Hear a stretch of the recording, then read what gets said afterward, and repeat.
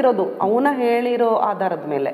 Mask man ಬರ್ತಾನೆ, ಅವ್ನು ನನ್ಗೆ ಹಿಂಗ್ ಹೇಳಿದ್ರು ಈ ತರ, ಅಲ್ಲಲ್ಲ ನೀವಲ್ಲ, ಈ ತರ ಒಂದ್ ಗುಂಪಿದೆ, ಈ ಗುಂಪೇ ಎಲ್ಲ ಮಾಡ್ತಿರೋದು ಅಂತ. I am not connected with that. ನೀವು ಆ ಗುಂಪಿನ ಜೊತೆ ಇಲ್ಲ? ಖಂಡಿತ ಇಲ್ಲ. ಮಾಸ್ಕ್ ಮ್ಯಾನ್ ಅನ್ನುವಂಥದ್ದು ವಿಚಾರ ಏನಿದೆ ಅದು ನನಗೆ ಗೊತ್ತಿಲ್ದಿರುವ ಕತೆ. ಅದಕ್ಕೆ ಯಾವುದು ನಮ್ಮ ನೆರಳು ಅಲ್ಲಿ ಬೀಳಲ್ಲ. ನಾನು ಏನು ಹೇಳ್ತಾ ಇದ್ದೀನಿ ಅಷ್ಟೇ ನನ್ನ ಕತೆ. ನಾನು ಏನು ಹೇಳ್ತಾ ಇದ್ದೀನಿ, ಈಗ ಉದಾಹರಣೆಗೆ ಆ ವಿಶ್ಲೇಷಣಾ ಕಾರ್ಯಕ್ರಮ ಬಂತಲ್ವಾ, ಆ ಸಂದರ್ಭದಲ್ಲಿ ಒಬ್ಬರು ಮಹಿಳೆ ಬರ್ತಾರೆ. ವಿಶ್ಲೇಷಣಾ ಕಾರ್ಯಕ್ರಮಕ್ಕೆ ಬಂದಂಥವ್ರು, ನಾನು ಕರೆಕ್ಷನ್ ಮಾಡ್ತಾ ಇದ್ದೀನಿ, ವಿಶ್ಲೇಷಣಾ ಕಾರ್ಯಕ್ರಮ 2023 ಟೈಮಲ್ಲಿ, ವಿಶ್ಲೇಷಣಾ ಕಾರ್ಯಕ್ರಮ ಟೈಮಲ್ಲಿ ಬಂದಿರ್ತಾರೆ. ಎಲ್ಲರೂ ಬಂದಂಗೆ ಅವ್ರು ಬಂದಿರ್ತಾರೆ.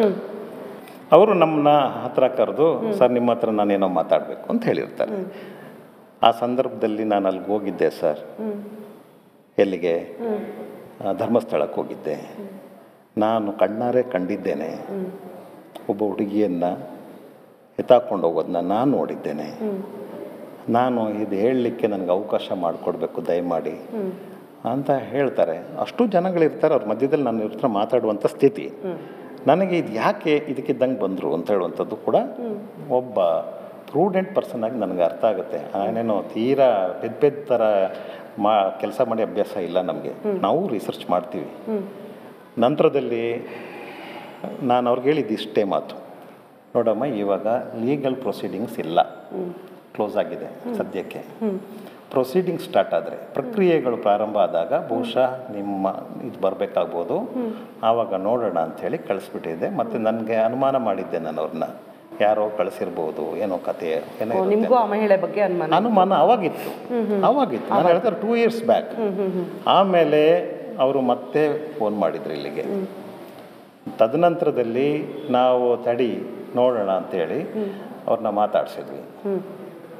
ಮಾತಾಡಿಸ್ಬೇಕಾದ್ರೆ ನಾನು ಅವ್ರಿಗೆ ಎಲ್ಲಿ ಅವರು ಎತ್ತ ಏನು ಎಲ್ಲ ಕೇಳಿ, ಅವರ ಮನೆ ದೇವರು ಯಾರು ಎಲ್ಲ ಕೇಳಿದೆ. ಮನೆ ದೇವರು ಶ್ರೀ ಮಂಜುನಾಥೇಶ್ವರ ಅಲ್ಲಿ ಫೋಟೋ ಇದೆ.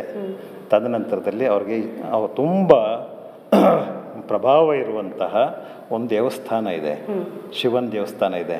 ಅಲ್ಲಿ ಸುತ್ತಮುತ್ತಲಿನವರೆಲ್ಲರೂ ಪೂಜೆ ಮಾಡುವಂಥ ದೇವಸ್ಥಾನ ಅದು.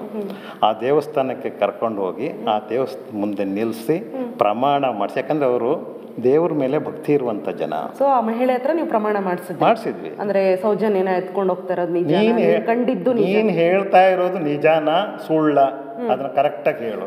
ನಾನು ಪ್ರಮಾಣ ಮಾಡಿ ನಮ್ಮ ದೇವ್ರ ಮೇಲೆ ಪ್ರಮಾಣ ಮಾಡಿ ಹೇಳ್ತಾ ಇದ್ದೀನಿ, ನಾನು ನೋಡಿದ್ದನ್ನು ಹೇಳ್ತೀನಿ ಸರ್.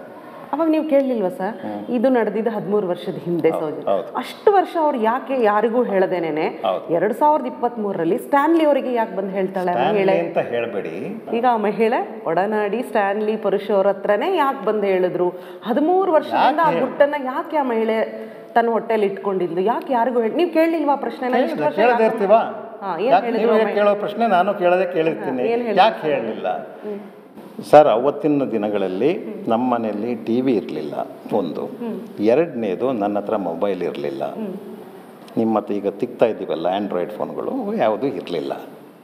ನಾನು ನೋಡಿದ್ದೆ, ಕೇಳಿದ್ದೆ, ಯಾಕ್ರಪ್ಪ ಅವಳನ್ನು ಕೈನ ತಿರುಗಿಸಿ ಎತ್ತಾಕೊಂಡು ಹೋಗ್ತಾ ಇದ್ದೀರಲ್ಲ, ಅಂಥ ತಪ್ಪು ಏನು ಮಾಡಿದ್ರು ಅವರು ಅಂತ ಹೇಳಿದಾಗ, ನಿಮ್ಮ ಕೆಲಸ ಏನಿದೆ ಅದು ನೋಡ್ಕೊಂಡು ಹೋಗಿ, ಇದು ಮನೆಗೆ ಸಂಬಂಧಪಟ್ಟಂಥ ಕುಟುಂಬಕ್ಕೆ ಸಂಬಂಧಪಟ್ಟ ವಿಚಾರ, ಅವಳದ್ದೇನೋ ಸಮಸ್ಯೆ ಇದೆ, ನೀವು ಇಲ್ಲಿಂದ ಜಾಗ ಖಾಲಿ ಮಾಡಬೇಕು ಅಂಥೇಳಿ ನಂಗೆ ಧಮಕಿ ಹಾಕಿದ್ರು. ನಿಮ್ಗೆ ಬೇಕಾದರೆ ವಾಹನ ವ್ಯವಸ್ಥೆ ಮಾಡ್ತೀವಿ, ಆಟೋ ರಿಕ್ಷಾ ಕೊಡಲ ಅಂತ ಕೇಳಿದ್ದಾರೆ. ನನಗೆ ಭಯ ಆಯಿತು. ಆಮೇಲೆ ನನ್ನ ಜೊತೆಲಿದ್ದಂತಹ ವ್ಯಕ್ತಿ ಮಹಿಳೆ, ಬಾ ಹೋಗೋಣ, ನಮ್ಗೆ ಯಾಕೆ ಇವೆಲ್ಲ ಅಂಥೇಳಿ ಕರ್ಕೊಂಡು ಬಂದುಬಿಟ್ರು. ಆದರೂ ನಾನು ಯೋಚನೆ ಮಾಡ್ತಿದ್ದೆ, ನಾನು ಚಿಕ್ಕದ್ರಿಂದ ಸ್ವಲ್ಪ ದಿಟ್ಟವಾಗಿ ಯೋಚನೆ ಮಾಡ್ತಿದ್ದಂತಹ ಹೆಣ್ಮಗಳು, ಮತ್ತು ಅಕ್ಷರಾಭ್ಯಾಸ ಇದೆ, ನಾನು ಓದಿದ್ದೀನಿ, ಕೆಲಸ ಮಾಡಿದ್ದೀನಿ, ಈಗ ನಂಗೆ ಸ್ವಲ್ಪ ವಯಸ್ಸಾಗಿದೆ. ಆದರೆ ಯಾಕೆ ಕುಟುಂಬದ ಹುಡುಗಿ ಆದ್ರೂ ಇಲ್ಲಿ ಯಾಕೆ ಈ ಥರ ಅಡ್ಡ ಹಾಕ್ಕೊಂಡು ಎತ್ತಾಕೊಂಡು ಹೋದ್ರು ಅಂತ ಯೋಚನೆ ಮಾಡ್ತಿದ್ದೆ. ಒಂದು 2-3 ದಿವಸ ಯೋಚನೆ ಮಾಡಿ ನಂತರದಲ್ಲಿ ಸುಮ್ಮನೆ ಆಗಿಬಿಟ್ವಿ. ನಾವು ಬಂದ ಮೇಲೆ ನಮಗೆ ಅದು ಏನು ಅಂತಲೇ ಗೊತ್ತಿರಲಿಲ್ಲ. ನಿಮಗೆ ಒಂದು ಕೇಳ್ತೀನಿ, ನಿಮಗೆ ಈ ಸೌಜನ್ಯಳ ಪ್ರಕರಣದ ಬಗ್ಗೆ ಎಷ್ಟು ಗೊತ್ತಿತ್ತು? ಆನೆಸ್ಟಾಗಿ ಹೇಳಿ, ಆ್ಯಸ್ ಅ ಜರ್ನಲಿಸ್ಟ್ ಆಗಿ. ನಿಮಗೆ ನಾನು ಕೇಳ್ತಾ ಇದ್ದೀನಿ, ನನಗೆ ಕೇಳ್ತಾ ಇದ್ದೀನಿ, ನಿಮಗೆ ಕೇಳ್ತಾ ಇದ್ದೀನಿ, ಗೊತ್ತಿತ್ತಾ? ಆಮೇಲೆ ಗೊತ್ತಿರಲಿಲ್ಲ ಅಂತ ಹೇಳಿ. ಎಲ್ಲ ತಿಳುವಳಿಕೆ ಇರಬೇಕಾದಂಥದ್ದು ಏನಿಲ್ಲ. ಆ ಮಹಿಳೆ ಸ್ಪಷ್ಟವಾಗಿ ಹೇಳಿದ್ದು, ನನ್ನ ಹತ್ರ ಮೊಬೈಲ್ ಇರಲಿಲ್ಲ, ಟಿ ವಿನೂ ನೋಡ್ತಿರಲಿಲ್ಲ, ಟಿ ವಿನೇ ಇರಲಿಲ್ಲ. ಇತ್ತೀಚಿನ ದಿನಗಳಲ್ಲಿ ಇದೊಂದು ಪ್ರವರ್ಧಮಾನಕ್ಕೆ ಬಂತು ಇಶ್ಯೂ. ಆಮೇಲೆ ಯೂಟ್ಯೂಬ್ಗಳಿಂದ ಕೆಲವೊಂದು ಇಂಟರ್ವ್ಯೂಗಳು ಅವು ಇವು ಎಲ್ಲ ಬರ್ತಾಯಿತ್ತು. ನೀವು ಬೇರೆ ಕರೆ ಕೊಟ್ಟಿದ್ದೀರಿ. ಆ ಸಂದರ್ಭದಲ್ಲಿ ಆ ಪ್ರದೇಶದಿಂದ ಕೆಲವರ ಮುಖಗಳು ಯೂಟ್ಯೂಬಲ್ಲಿ ಬರ್ತಾಯಿದ್ವು, ಇಂಟರ್ವ್ಯೂ ಮಾಡಿದ್ದು. ನಾನು ಇವನನ್ನು ನೋಡಿದ್ದೀನಲ್ಲ ಅಂತ ನನಗಾಗ ಅನಿಸಿದ್ದು. ನಾನು ಇವನ ಜೊತೆ ಮಾತನಾಡಿದ್ದನಲ್ಲ ಈ ವ್ಯಕ್ತಿ ಜೊತೆಯಲ್ಲಿ ಅಂತ ನನಗನ್ನಿಸಿದ್ದು. ಅದು ನನಗೆ ಕಾಡ್ಲಿಕ್ಕೆ ಶುರು ಆಯಿತು. ಖಂಡಿತವಾಗ್ಲೂ ನನ್ನ ಕಾಡ್ಲಿಕ್ಕೆ ಶುರು ಆಯಿತು. ನನಗೆ ನಿದ್ರೆ ಕಳ್ಕೊಂಡಿದ್ದೀನಿ. ನನಗೆ ಈ ವಯಸ್ಸಿನಲ್ಲಿ ಇನ್ನೇನೂ ಇಲ್ಲ, ಬೇರೆ ಏನೂ ಆಗಬೇಕಾಗಿಲ್ಲ. ನನಗೆ ಯಾರೂ ಕೂಡ ಹೇಳಿ ಕಳಿಸಿದ್ದಲ್ಲ, ನಾನು ನೋಡಿ ಬಂದಿರೋದು ಅಂಥೇಳಿ ಅವರು ಅವರ ಜೊತೆಯಲ್ಲಿ ಟ್ರಾವೆಲರ್ ಜೊತೆಯಲ್ಲಿ ಹೋಗಿದ್ದಂಥ ಮಹಿಳೆ ಇಬ್ಬರೂ ಬಂದಿದ್ರು ಇಲ್ಲಿಗೆ. ಅದನ್ನೂ ನಾನು ರೆಕಾರ್ಡ್ ಮಾಡಿ ಇಟ್ಕೊಂಡಿದ್ದೀನಿ. ಅವತ್ತು ಬಂದಿದ್ದನ್ನು ರೆಕಾರ್ಡ್ ಮಾಡಿ ಇಟ್ಟಿದ್ದೀನಿ. ಅವ್ರು ಮತ್ತೆ ವಾಪಸ್ ಹೋದರು. ಇವಾಗ ನೀವು ಹೇಳಿದ್ರಿ ನಾನು ಪರಿಶೀಲಿಸ್ದೇನೆ ಯಾವುದನ್ನು ಇದು ಮಾಡಲ್ಲ ಅಂತ. ನೀವೇ ಹೇಳಿದ್ರಿ, ಆ ಮಹಿಳೆ ಹೇಳಿದ್ರು ನನಗೆ ಓದ್ಕೊಂಡಿದ್ದೀನಿ, ಅಕ್ಷರ ಗೊತ್ತಿದೆ, ತಿಳುವಳಿಕೆ ಇದೆ ಅಂತ. ಅಕ್ಷರ ಗೊತ್ತಿರೋ ಒಬ್ಬ ತಿಳುವಳಿಕೆಸ್ಥ ಮಹಿಳೆ ತನ್ನ ಎದುರಿಗೆ ಯಾವುದೋ ಒಂದು ಹೆಣ್ಮಗುಳನ್ನ ಇಬ್ಬರು ಕೈ ತಿರ್ಚಿ ಕರ್ಕೊಂಡು ಹೋಗ್ತಿದ್ದಾರೆ ಅಂದಾಗ ತಕ್ಷಣ ಅದನ್ನ ಎಲ್ಲೋ ಸ್ಥಳೀಯ ಪೊಲೀಸರಿಗೋ ಅಥವಾ ಯಾರೋ ರಸ್ತೆಯಲ್ಲಿ ಹೋಗೋರೋ ಇನ್ಯಾರೋ ಇರಲಿಲ್ವಂತ ಸರ್? ನೀವು ಕೇಳಿಲ್ವಾ ಅದನ್ನ? ಕೇಳಿದೆ. ನೀವು ಪೊಲೀಸ್ ಸ್ಟೇಷನ್ಗೆ ಹೋಗ್ಬೋದಿತ್ತಲ್ವಾ? ಇಲ್ಲ, ಅದಕ್ಕೆ ಟಿವಿನೇ ನೋಡ್ಬೇಕಿತ್ತ, ಮೊಬೈಲೇ ಇರಬೇಕಿತ್ತ? ಅಷ್ಟೊತ್ತಿಗೆ ಜೊತೆಲಿದ್ದವರು ಅವ್ರು ಬೇರೆ ಧಮಕಿ ಹಾಕಿದ್ದ. ಯಾರು ಜೊತೆಲಿದ್ದವರು ಹೇಳೋದು ಸುಲಭ ಇದೆ, ಕೇಳೋಕೆ ಪ್ರಶ್ನೆಗಳು. ಆದರೆ ಅಲ್ಲಿ ನಿಂತವ್ರಿಗೆ ಒಂದು ಹೇಳ್ತೀನಿ, ಅಲ್ಲೊಂದು ಸೀನ್ ಕ್ರಿಯೇಟ್ ಆಗಿರುತ್ತಲ್ಲ, 2 ವೆಹಿಕಲ್ಗಳು ಬರುತ್ತೆ, 4-3 ಬೈಕ್ಗಳು ಬರ್ತವೆ. ಇದ್ದಕ್ಕಿದ್ದಂಗೆ ಅವಳನ್ನ ಎತ್ತಾಕೊಂಡು ಹೋಗ್ತಾರೆ. ಒಬ್ಬ ಹುಷಾರು ಹೋಗ್ಬೇಕು ಇಲ್ಲಿಂದ ಅಂತ ಹೇಳ್ತಾನೆ. ಆ ಜೊತೆಲಿದ್ದವರು ಸಾಥ್ ಕೊಟ್ಟರೆ ಏನೋ ನೋಡ್ಬಿಡ್ತಿದ್ಲೇನೋ. ನಮ್ಗೆ ಯಾಕೆ ಬಂದಿದ್ದೀವಿ ಯಾವುದೋ ಕೆಲಸಕ್ಕೆ, ಹೋಗ್ಬಿಡೋಣ. ಅವರೇ ಹೇಳ್ತಾ ಇದ್ದಾರಲ್ಲ ಫ್ಯಾಮಿಲಿ ಮ್ಯಾಟರ್ ಅಂತ, ಬಾ ಹೋಗೋಣ ಅಂತ. ಇನ್ನೊಬ್ರು ವಯಸ್ಸಾದ ಹಿಂಗ್ಸು, ಇವ್ರಿಗಿಂತ ಇನ್ನೂ ಸ್ವಲ್ಪ ವಯಸ್ಸಾದ ಹಿಂಗ್ಸು ಹೇಳಿದ್ದಾರೆ. ಅವರು ವಾಪಸ್ ಬಂದಿದ್ದಾರೆ. ಇದನ್ನು ನಾನು ನಂಬಲೇಬೇಕು. ಅವ್ರು ಹೇಳ್ತಿದ್ದಾಗ ಇದನ್ನು ಮತ್ತೆ ಟ್ವಿಸ್ಟ್ ಮಾಡಿ ಕೇಳ್ತಾ ಇದ್ದರೆ ಅವ್ರು ಯಾಕೆ ಬರ್ತಾರೆ ಹೇಳಿ? ಬರಲ್ಲ. ನಮ್ಗೆ ಯಾಕೆ ಬೇಕು? ನಮ್ಮನ್ನು ನಂಬಲ್ಲ ಅಂತಲೇ ಅವ್ರು ಹೇಳಿದ್ದಾರೆ. ಇಷ್ಟು ವರ್ಷ ನಿದ್ದೆಗೆಟ್ಕೊಂಡು ಅವ್ರ ಮನಸ್ಸಲ್ಲಿ ಇಷ್ಟು ವರ್ಷ ನಿದ್ರೆಗೆಡ್ಲಿಲ್ಲ ಅವರು. ಅವರು ನಿದ್ರೆ ಚೆನ್ನಾಗೇ ಮಾಡ್ಕೊಂಡು ಬಂದರು. ಯಾವಾಗ ಇದು 23ನೇ ಇಸ್ವಿಯಲ್ಲಿ ಮತ್ತೆ ಹೊರಗಡೆ ಬಂತು ಭೂತದ ರೀತಿಲಿ, ಈ ಮೂತಿನ ನಾನು ನೋಡಿದ್ನಲ್ಲ ಅಂತ ಅವಮ್ಮನ್ಗೆ ಅನಿಸಿದ್ದು. ಅಲ್ಲಿ ತನಕನೂ ಸರ್ ಅವರಿಗೆ ಅಲ್ಲ, ಅದೊಂದು ಇಶ್ಯೂನೇ ಅಲ್ಲದಿದ್ದಾಗ ಎಲ್ಲಿ ಹೇಳ್ತೀರಿ? ಅಲ್ಲ, ಇಶ್ಯೂ ಆಗಲಿಲ್ಲ ಆದ್ರೂ ಒಂದು ಅಂಥದ್ದು 1000 ನೋಡಿರ್ತೀವಿ. ಅಂಥದ್ದು 1000 ನೋಡಿದ್ರೆ ಏನಾಯ್ತು? ಸಾಯಿಸ್ತಿದ್ರಾ? ರೇಪ್ ಮಾಡಿಬಿಟ್ಟಿದ್ರಾ? ಏನೂ ಮಾಡಲಿಲ್ಲ. ರೇಪು ಮಾಡಲಿಲ್ಲ, ಸಾಯಿಸ್ಲೂ ಇಲ್ಲ, ಏನೂ ಇಲ್ಲ. ಆ ಹುಡುಗಿಯನ್ನು ಎತ್ತಾಕೊಂಡು ಹೋಗಿದ್ದು ಅಂಥದ್ದು ನಮ್ಮ ದೇಶದಲ್ಲಿ ನಡೀತಾ ಇರುತ್ತೆ. ಯಾರನ್ನೋ ಪ್ರೀತಿ ಮಾಡ್ಕೊಂಡು ಹೋಗಿದ್ದಂಥ ಹುಡುಗಿಯನ್ನು ಅವ್ರ ಮನೆ ಕಡೆಯವರು ಬಂದು ಕನ್ವಿನ್ಸ್ ಮಾಡೋಕ್ಕಾಗದಿದ್ರೆ ನಡಿಯೇ ಅಂತ ಹೇಳ್ಕೊಂಡು ಕರ್ಕೊಂಡು ಹೋಗೋದು. ನೀವು ಅನ್ಕೊಂಡ್ರಿ? ಅವ್ರೇನು ಅನ್ಕೊಂಡ್ರು? ಅವ್ರಿಗೂ ಹಂಗೇನೆ ಹೇಳಿದ್ದಲ್ಲ. ಅವ್ರಿಗೂ ಅದು ಇದು ಫ್ಯಾಮಿಲಿ ಮ್ಯಾಟರು, ನೀವೇನು ತಲೆ ಕೆಡ್ಸ್ಕೊಳ್ಬೇಡಿ, ಹುಡುಗಿದ ವಿಚಾರ, ನಾವು ಕರ್ಕೊಂಡು ಹೋಗ್ತಾ ಇದ್ದೀವಿ ಅಂತೇಳಿ ಕರ್ಕೊಂಡು ಹೋಗ್ತಾರೆ. ಜೊತೆಯಲ್ಲಿ ಇದ್ದವರು ಸರಿಯಾಗಿ ಯೋಚನೆ ಮಾಡಲಿಕ್ಕೆ, ನಾನು ಸ್ಟ್ಯಾನ್ಲಿ ಪರ್ಸು ಆಗಿದ್ದರೆ ನಾವು ಯೋಚನೆ ಮಾಡೋದೇ ಬೇರೆ. ಯಾಕೆ ಎಲ್ಲರೂ ಒಡನಾಡಿ ಸ್ಟ್ಯಾನ್ಲಿ ಮೂಲಕನೇ ಬರ್ತಾರೆ? ನೇರವಾಗಿ ಯಾಕೆ ಅವರು ಪೊಲೀಸ್ ಹತ್ರ ಹೋಗಲ್ಲ ಅಥವಾ ಕೋರ್ಟಿಗೆ ಹೋಗಲ್ಲ? ಉತ್ತರ ಅಲ್ಲೇ ಇದೆ. ಯಾಕೆ ಅಂತಂದರೆ ಕೆಲವರಿಗೆ ಪ್ರೊಸೀಜರ್ಸ್ ಗೊತ್ತಿರಲ್ಲ. ಎರಡನೇದು, ಪ್ರೊಸೀಜರ್ಸ್ ಇದ್ದರೂ ಕೂಡ ನಮ್ಮನ್ನು ಎಲ್ಲಿ ಹೇಗೆ ಇವರು ತಗೊಂಬಂದು ಅಮಾಯಕ ಸೌಜನ್ಯ ಕೇಸಲ್ಲಿ ಅಮಾಯಕ ಯಾರು ಸಂತೋಷ್ ರಾವ್ನ ಹೆಂಗೆ ಫಿಕ್ಸ್ ಮಾಡಿದ್ರು, ಈ ಮಹಿಳೆಗೂ ಭಯ ಇದೆ. ಭಯ ಯಾಕೆ ಇರಬಾರ್ದು? ಈ ಭಯ ಆಕೆಗೆ ಮಾತ್ರ ಅಲ್ಲ.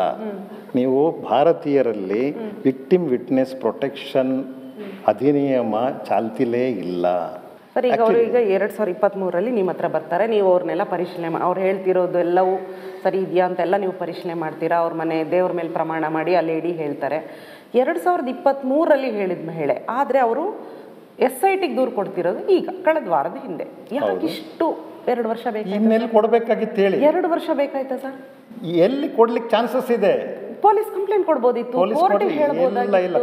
ನಿಮ್ಗೆ ಪ್ರೊಸೀಜರ್ಸ್ ಗೊತ್ತಿಲ್ಲ. ನಿಮಗೆ ಗೊತ್ತಿದೆಯಲ್ಲ ಸರ್, ನನಗೆ ಗೊತ್ತಿದ್ರಿಂದ ಹೇಳ್ತಾ ಇದ್ದೀನಿ. ಪ್ರೊಸೀಜರ್ ಇದು ಮತ್ತೆ ಈ 2 ವರ್ಷದ ನಂತರನೇ ಅಂದ್ರೆ ನಿಮಗೆ ಗೊತ್ತಿತ್ತಾ ಇದು ಇನ್ನೇ ಹೊತ್ತು ಮತ್ತೆ ಸೌಜನ್ಯ ಹೋರಾಟ ಮತ್ತೆ ಶುರು ಆಗುತ್ತೆ?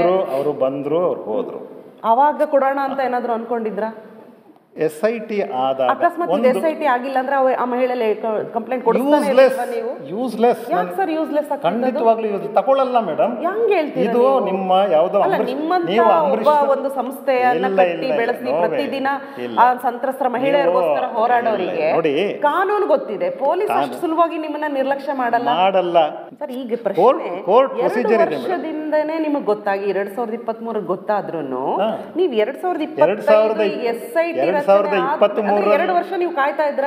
2 ವರ್ಷದ ನಂತರ ಇದೇನೋ ಆಗುತ್ತೆ, ಮತ್ತೆ ಸೌಜನ್ಯ ಹೋರಾಟ ಶುರು ಆಗುತ್ತೆ, ಬರುತ್ತೆ ನಿಮಗೆ ಗೊತ್ತಿತ್ತು. ಬರಲೇಬೇಕು. ಹೋರಾಟ ಮಾಡಿದ ಮೇಲೆ ಒಂದು ರೀಇನ್ವೆಸ್ಟಿಗೇಷನ್ನು, ಅಡಿಷನಲ್ ಇನ್ವೆಸ್ಟಿಗೇಷನ್ನು, ಅಥವಾ ನನಗೆ ನಂಬಿಕೆ ಇದೆ ಅಂದ್ರೆ ನಿಮಗೆ 2023ರಲ್ಲೇ ಗೊತ್ತಿತ್ತು ಮತ್ತೆ ಸೌಜನ್ಯ ಹೋರಾಟ ಶುರು ಆಗುತ್ತೆ, ತಿರುವು ಸಿಗುತ್ತೆ. ಹೋರಾಟ ಪ್ರಾರಂಭ ಆಗಿತ್ತು. ಪ್ರಾರಂಭ ಆಗಿದ್ದು ನಾನು ಹೇಳ್ತೀನಿ, ಹೋರಾಟ ಶುರುವಾಗುತ್ತೆ ಅಲ್ಲ, ಶುರು ಆಗಿದೆ. ಶುರು ಆಗಿದ್ದರ ಪ್ರಯುಕ್ತ ಫಲಿತಾಂಶವಾಗಿ ಸರ್ಕಾರ ಒಂದು ನಿರ್ಣಯವನ್ನು ತಗೊಳ್ಳುತ್ತೆ ಅಂತ ಗೊತ್ತಿತ್ತು. ನಂಬಿಕೆ ಅದು ಎಲ್ಲ. 2 ವರ್ಷ ಆ ಮಹಿಳೆನ ಹಂಗೆ ಕಾಪಿಟ್ಕೊಂಡಿದ್ದ. ನಾವೇನು ಕಾಪಾಡ್ಕೊಳ್ಳಲಿಲ್ಲ.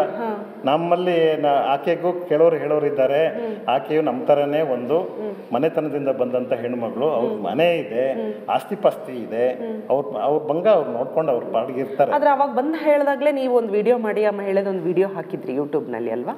ಯಾವಾಗ? ಆಗ್ಲೇ 2 ವರ್ಷದಿಂದ. ಆವಾಗ ಬಂದಾಗ ಅವ್ರದ್ದು ಯಾವ್ದು ಗೌಪ್ಯವಾಗಿನೇ ಮಾಡಿದ್ವಿ. ಮಾಡಿದ್ರಿ. ಹಂಗೆ ಗೌಪ್ಯವಾಗಿ ಮಾಡಿ ಯೂಟ್ಯೂಬಿಗೆ ನೀವು ಬಿಟ್ಟ ಮೇಲೆ ಪೊಲೀಸ್ ಕಂಪ್ಲೇಂಟ್ ಕೊಡ್ಬೋದಿತ್ತಲ್ಲ? ಯಾಕೆ ಕೊಡ್ತೀರಿ? ನೀವು ಹೇಳ್ತೀರಿ ಯಾರು ತಗೊಳ್ತಾರೆ? ನನಗೆ ಈಗ ನೀವು ಓಪನ್ ಆಗಿ ಕೇಳ್ತೀನಿ, ಯಾವ DGಗೆ ಕೇಳ್ತಾ ಇದ್ದೀನಿ, ತಗೊಳ್ತಾರ? It is nothing to do with this process. ನೀವು 1000 ಬರ್ಬೋದು, ಒಂದ್ಸಲ ಅಂದ್ರೆ ಸೌಜನ್ಯ ಕೇಸಲ್ಲಿ ತಗೊಳ್ಳಲ್ಲ ಅನ್ನೋದಾ ನಿಮ್ಮ ಆರೋಪ? ಹೌದು. ಒಂದ್ಸಲ ಲಿಸ್ಟ್ ಆದಮೇಲೆ ಎವಿಡೆನ್ಸ್ಗಳು, ನಂತರ ಅಡಿಷ್ನಲ್ ಲಿಸ್ಟ್ಗಳು ಬಂದರೆ, ನಾನು ನೋಡಿದ್ದೀನಿ, ನಾನು ನೋಡಿದೆ, ಕೇಳಿದೆ ಅಂತ ಬಂದರೆ ಅದಕ್ಕೆ ಮತ್ತೆ ಲೀಗಲ್ ಪ್ರೊಸೀಜರ್ಸ್ ಮೂಲಕನೇ ಹೋಗಬೇಕು. ಸೊ ಆ ಮಹಿಳೆ 2023ರಲ್ಲಿ ನಿಮ್ಮ ಹತ್ರ ಬರ್ತಾರೆ. ನೀವೀಗ ಆ ಮಹಿಳೆನ SIT ತನಕ ಕಳಿಸ್ಕೊಟ್ಟಿದ್ದೀರಾ. ಆ ಮಹಿಳೆಯ ಹೇಳಿಕೆಗಳಲ್ಲಿ ಸ್ವಲ್ಪ ವ್ಯತ್ಯಾಸ ಬರ್ತಿದೆ. ಅವರು ಒಂದು ಕಡೆ ಹೇಳ್ತಾರೆ, ನೀವು 2 ವರ್ಷದಿಂದ ಒಂದು ಆ ಮಹಿಳೆದ ಸಂದರ್ಶನ ಮಾಡಿ ಹಾಕಿದ್ರಿ ನಿಮ್ಮ ಯೂಟ್ಯೂಬಲ್ಲಿ. ಅಲ್ಲಿ ಅವರು ನಾನು ಅವತ್ತು ನೋಡಿದ ದಿನ ಹೇಳಿದ್ದಕ್ಕೂ ಈಗ ಮಾಧ್ಯಮಗಳಲ್ಲಿ ಅಂದರೆ ರಿಪಬ್ಲಿಕ್ ಕನ್ನಡಕ್ಕೇನೆ ಆ ಮಹಿಳೆ ಎಕ್ಸ್ಕ್ಲೂಸಿವ್ ಆಗಿ ಮಾತಾಡಿದ್ರು. ಆ ವ್ಯತ್ಯಾಸಗಳಿದೆ. ಯಾಕೆ ಆ ವ್ಯತ್ಯಾಸ ನೀವೇನಾದ್ರು ಗಮನಿಸಿದ್ದೀರಾ ಮಹಿಳೆ ಹೇಳಿಕೆಗಳಲ್ಲಿ ವ್ಯತ್ಯಾಸನ? ಇಲ್ಲ, ನಾನು ಯಾವುದು ತುಂಬ ತಲೆ ಓಡಿಸಿ ಯಾವುದನ್ನು ನಾನು ಮಾಡಲ್ಲ. ಅಂದರೆ ಈಗ ಮಹಿಳೆ ಇದ್ದಕ್ಕಿದ್ದಂಗೆ ಬಂದಿದಾರಲ್ಲ, ಇದಕ್ಕಿದಂಗೆ ಬಂದು ನಾನು ನೋಡಿದ್ದೆ ಅಂದ್ರೆ ಕಂಪ್ಲೇಂಟ್ ಕೊಡಕ್ಕೆ ಈ ಮಹಿಳೆ ಈಗ ಅದೇ ಆವಾಗ ಬಂದದ್ದು ಮತ್ತೆ ಕಳಿಸಿದ್ವಿ. ಈಗ 2023ರಲ್ಲಿ ಕಳಿಸ್ತೀರಾ, ಈಗ 25 ಈಗ ಬಂದಿದ್ದಾರೆ SIT ಕಂಪ್ಲೇಂಟ್ ಕೊಡ. ಈಗ ಆ ಮಹಿಳೆಯ ಬಂದಿರೋದೇ ಕೆಲವರ ಅನುಮಾನಕ್ಕೆ ಕಾರಣ ಆಗಿದೆ. 13 ವರ್ಷದಿಂದ ಸೌಜನ್ಯನ ಎಳ್ಕೊಂಡು ಹೋಗ್ತಾ ಇರೋದನ್ನ ನೋಡಿದ ಮಹಿಳೆ ಈಗ ಯಾಕೆ ಬಂದು ಹೇಳ್ತಿದ್ದಾರೆ? ಇದರಿಂದ ಇನ್ನೇನಾದ್ರೂ ಒಂದು ಪಿತೂರಿ ಇದೆಯಾ? ಇವರನ್ನ ಯಾರಾದ್ರೂ ತಯಾರು ಮಾಡಿ ಕಳಿಸಿದಾರಾ? ಆ ತಯಾರು ಮಾಡಿರೋದ್ರಲ್ಲಿ ಒಡನಾಡಿ ಸ್ಟ್ಯಾನ್ಲಿ ಇದ್ದಾರಾ? ಇಲ್ಲ,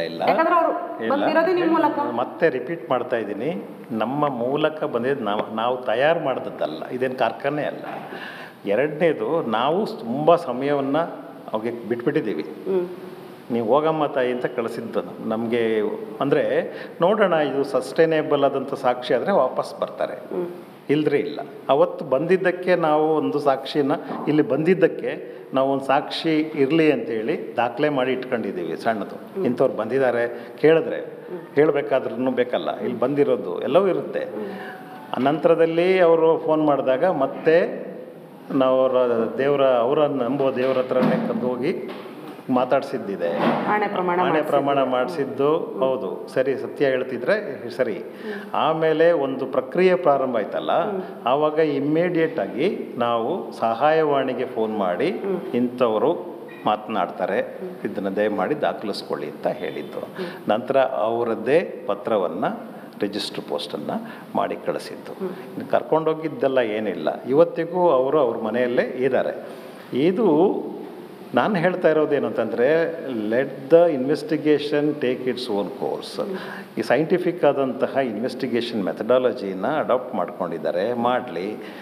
ನಾರ್ಕೋ ಅನಾಲಿಸಿಸ್ ಟೆಸ್ಟ್ ಅಂತ ಹೇಳುವಂಥದ್ದು, ಬ್ರೈನ್ ಮ್ಯಾಪಿಂಗು ಅಂಥದ್ದೆಲ್ಲ ಇರುತ್ತಲ್ವ, ಅಂಥದಕ್ಕೆ ಒಳಪಡಿಸ್ಲಿ ಮಹಿಳೆನ. ಸತ್ಯ ಹೇಳ್ತಿದ್ದಾರ ಅಂತ ಹೇಳುವಂಥದ್ದನ್ನ ನೋಡಲಿ. ಸತ್ಯ ಹೇಳಿದ್ರೆ